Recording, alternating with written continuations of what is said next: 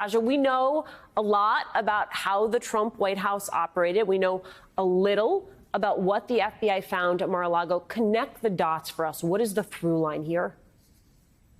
The through line is that Trump had trouble letting go of the fact that he had lost the election. He was delayed in packing up these documents, it seems, because he thought this coup was going to succeed. So he's left with 2 days to pack up these documents. And I'll say that the hanging on to the documents is really an extension of the attempt to hang on to power. And the problem here is that the chaos that was in the Oval Office is, like, in terms of the handling of these documents, also carried over clearly into Mar-a-Lago, where these documents were stored unsecurely, were moved around in different locations. And unlike the White House, Mar-a-Lago is not secured with, security personnel, and I think has created a major national security, or had created a national security vulnerability, at least until these documents were uncovered. Tom, to pick up that thread, in a column for The Atlantic, your colleague, Quinta Jurecic, writes, Trump's apparent squirreling away of classified documents at Mar-a-Lago and his outrage over the Justice Department's investigation of that conduct speaks once more to his vision of his own absolute authority, even after he has departed the presidency. It's a vision that places Trump himself, rather than the Constitution and the rule of law, as the one true source of legitimate political power. Tom, how does this Mar-a-Lago story, including the fact that he had the opportunity, was given the opportunity to return these documents, fit into the larger picture of Trump's view of power?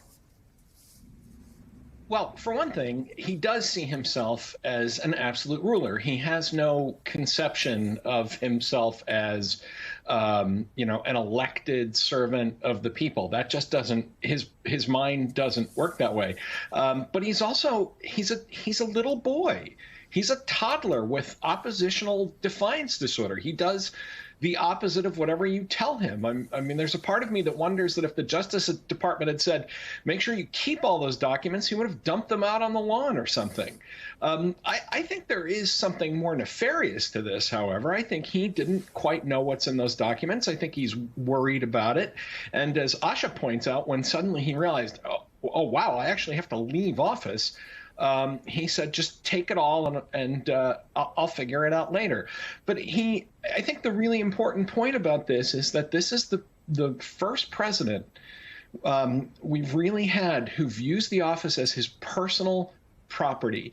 Asha and I were both worked in the federal government, and one of the things that you learn right away is you are a steward of the public trust, whether you're working as president or in the cabinet, or whether you're in the mail room at the State Department or something. It is a public trust to work for the people of the United States of America. Trump never saw it that way. His generals, his lawyers, his army, his Justice Department, as if the United States was just some big arm of the Trump organization, and he was its CEO. He never understood it, and I don't think he wanted to understand it.